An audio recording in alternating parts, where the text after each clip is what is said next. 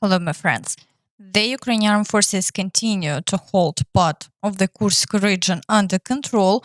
On the front lines, the destruction of Russian forces is ongoing, and strikes on Russian territory are increasing daily. Late last night, Russian forces in the Tver region tried to shoot down Ukrainian drones.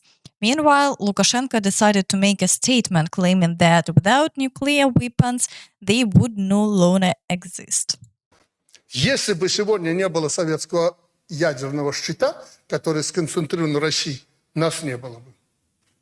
Сегодня они не знают, что с нами делать. Попробуй пожестче обойдись, будет ответ ядерным ударом. А это погибнет вся планета. А погибать они больше, чем кто-либо не хотят, потому что у них сытая и хорошая жизнь. У тех, кто принимает эти решения. As we can see, Lukashenko, like Putin, found a captive audience in the form of school children and decided to tell them about their great state. Yet he admitted that the nuclear weapons they boast about are remnants of the Soviet era. During the last 20 years under Putin and Lukashenko's rule, their countries have seen no real development or success. All in all, the circus continues. We also need to sum up last week's events, and the situation isn't very encouraging. In the past week, the Russians managed to capture 124 square kilometers, while the Ukrainian Armed Forces reclaimed just over 1 square kilometer. It's clear that on the front line the Russians have the upper hand, but the situation at the border is different. Here the Ukrainian forces have taken control of additional 29 square kilometers, but the Russians managed to reclaim almost 6 square kilometers. Friends, what are your thoughts on these advances? Share your opinion in the comments. Now let's look at the current situation, starting with the Kursk direction. After yesterday's successful advance by the Ukrainian Armed Forces by another kilometer, there have been no new developments. For now, the Russian side hasn't reported any new clashes, while the Ukrainian side is keeping all offensive actions under wraps. We'll have to wait and see how the situation unfolds. In the Kharkiv direction, the Russians continue trying to break through near the village of Hlyboke toward the settlement of Lyptsi, but so far they have had no success. In the Vovchansk area, the fighting continues and the Ukrainian Armed Forces are successfully repelling all attacks. The front line has remained unchanged over the past day. Meanwhile, Kharkiv remains under constant shelling by the Russians, and the situation there remains tense with casualties reported almost daily. It's also important to note that Kyiv has increasingly become a target, and more strikes are expected. Reports indicate that Iran is expected to deliver another batch of ballistic missiles to Russia in the coming days, which could be used for further attacks on Ukraine, potentially causing another blackout.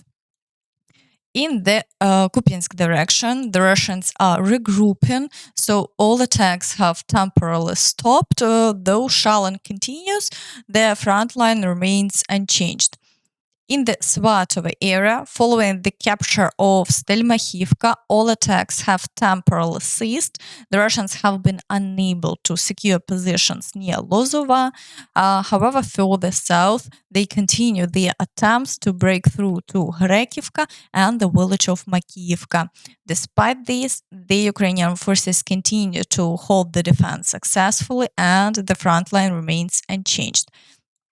In the Kreminna direction, attacks on Nevske and Torske are ongoing, but there have been no changes in the situation.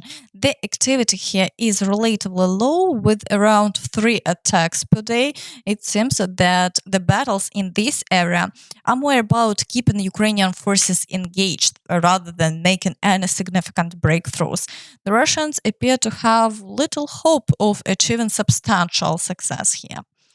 In the Siversk direction, Russian activity has increased, leading to some successes. It's likely that they have managed to capture Vyimka, although the general staff hasn't yet officially confirmed the loss of this village.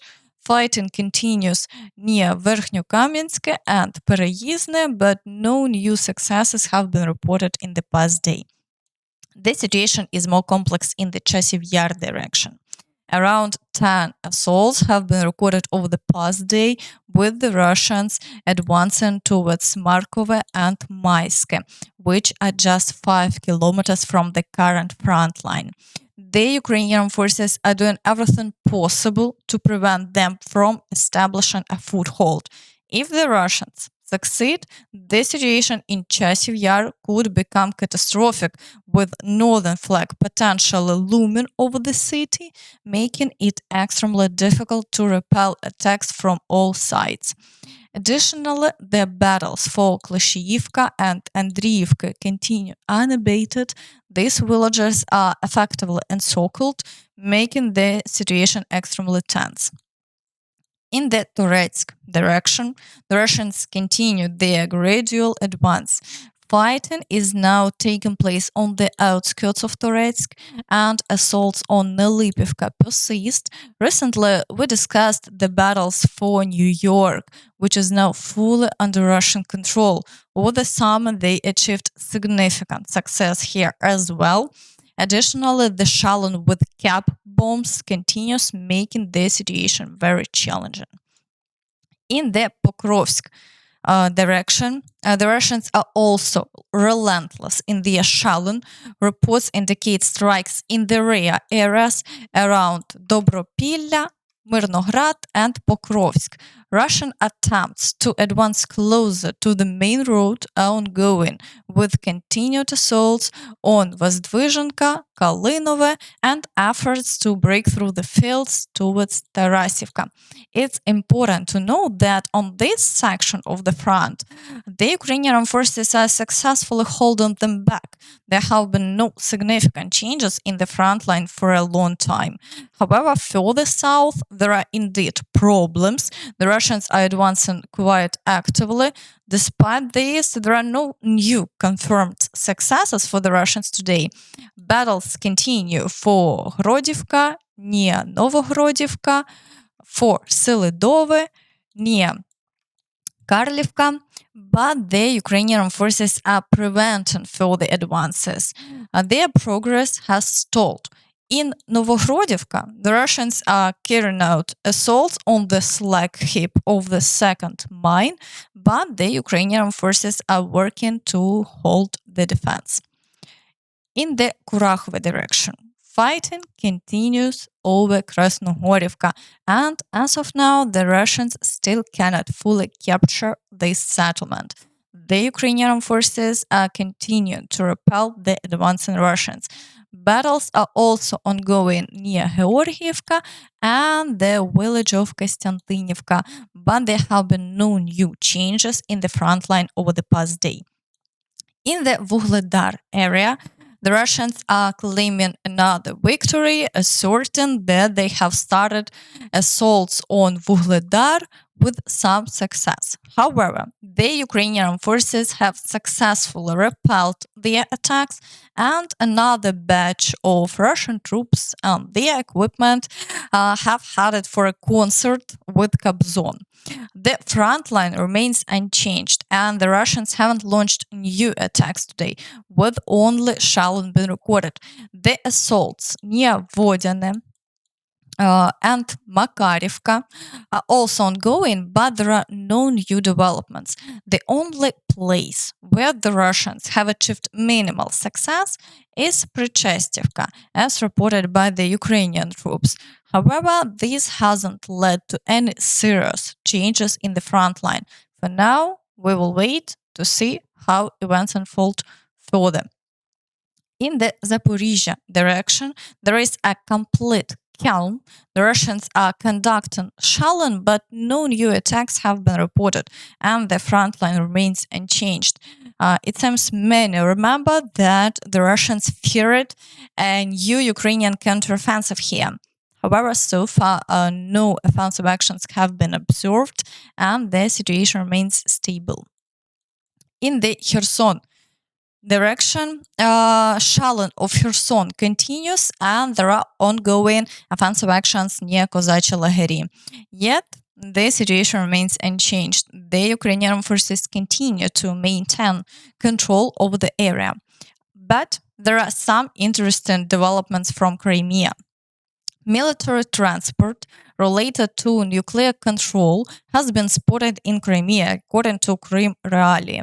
The publication, citing eyewitnesses, reports that military trucks with the number of the 12th main directorate of the Russian Ministry of Defense were seen on the roads of Kerch and the Kerch Peninsula.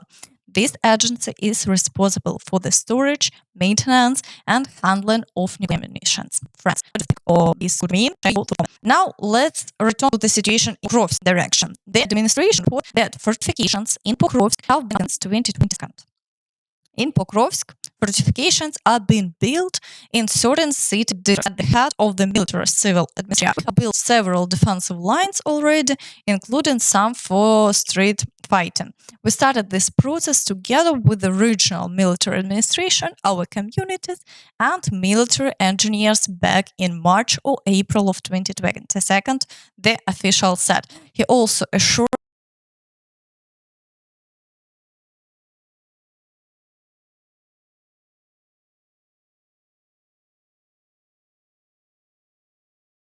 that several defensive lines have been constructed between the city and the front line since 2022. And that's all from me.